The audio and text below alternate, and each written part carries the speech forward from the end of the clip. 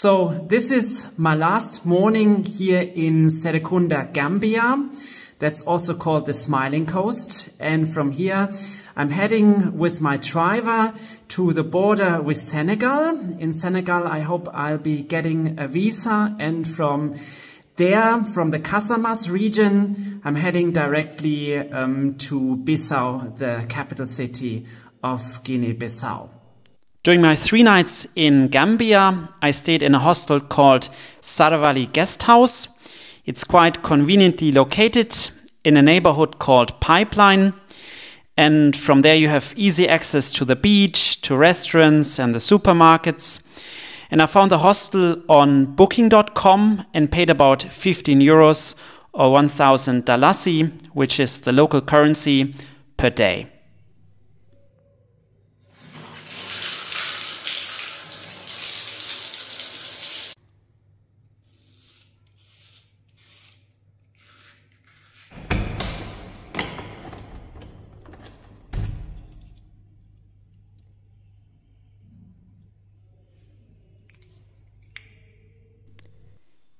In the morning, you can have a breakfast with coffee, milk, toast and jam. And the owner, a local Gambian girl, is also super nice and really helpful. I'm leaving the house now and getting ready for the last part of my journey from the Gambia to Guinea-Bissau. When I left Saravali Hostel, Manish, my cab driver, had already been waiting for me for a few minutes. Do you think it's going to take us to the border with Senegal? Maybe 1.5 hours. 1.5 hours, perfect. Okay. Then off we go.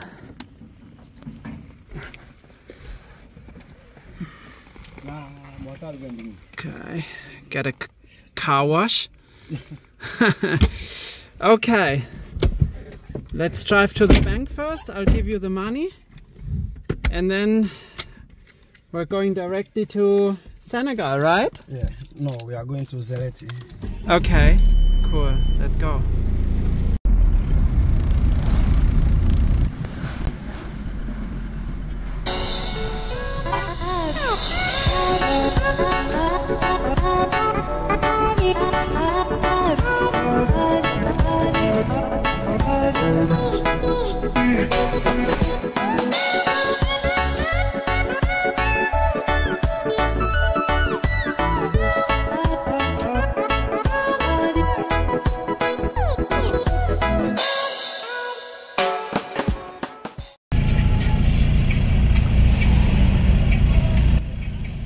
As you can see here, the road between Serekunda and Sereti gets really busy in the morning with vendors, trucks and people all over the place.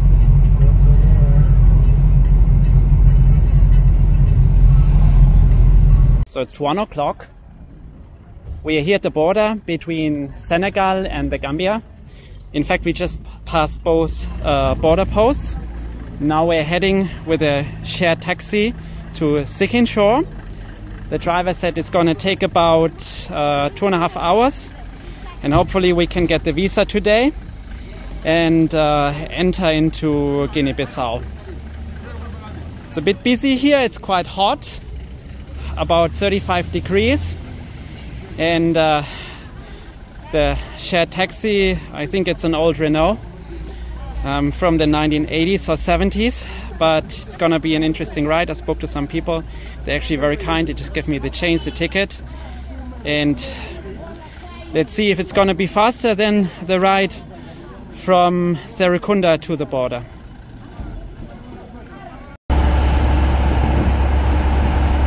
From the window, I could see the Casamas region that forms the southern part of Senegal.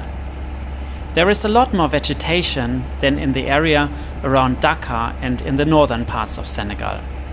And that really surprised me, because my time of travel was the end of the dry season. The road was almost empty. For many years, the area has been infamous for a low-level insurgency. And European governments have repeatedly warned against traveling around that region. But in recent years, following a peace deal, the Casames has become a lot safer, and tourism has helped locals to make some money.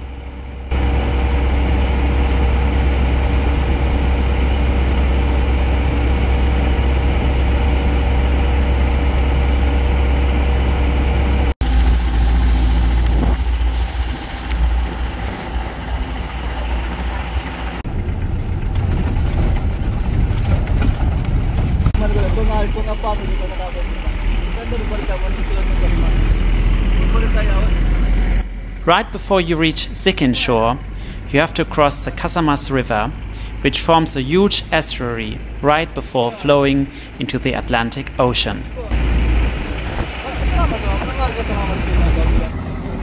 My place of choice is called Lacana.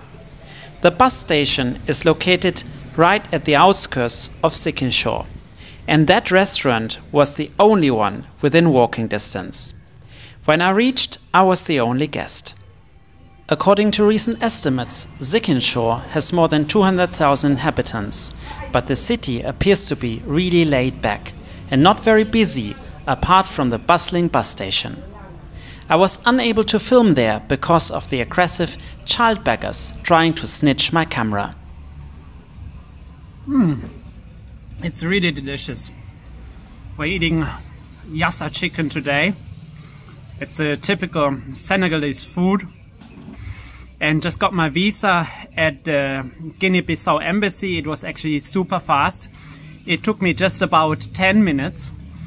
And I'm enjoying my day, but it's like 36 degrees now.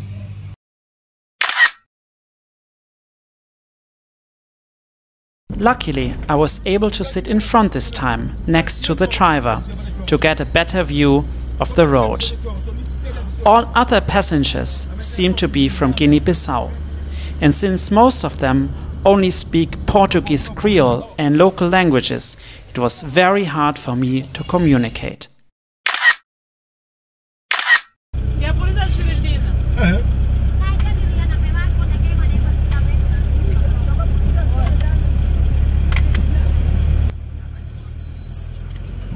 I didn't dare to film the guards on the border between Senegal and Guinea-Bissau. The procedure was in fact quite straightforward, and there were not a lot of other people around. The surroundings in Guinea-Bissau looked even poorer than on the Senegalese side. The ride was slow, and it would take us ages to reach the next town.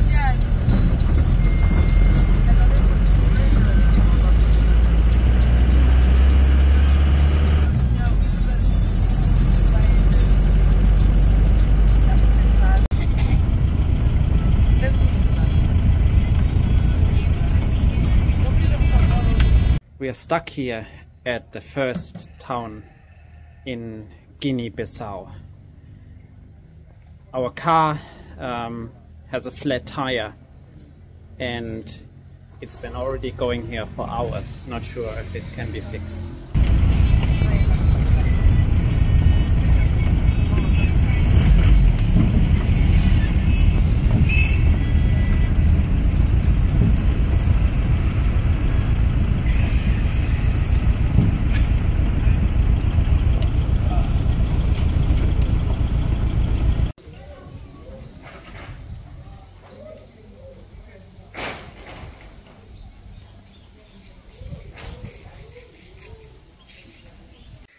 Last night I arrived here at the city, but not as I hoped at 7 p.m. right before nightfall, but actually it was midnight. What happened? The bus driver, he got a flat tire and we had to wait at the first place in São Domingo for more than 2 hours.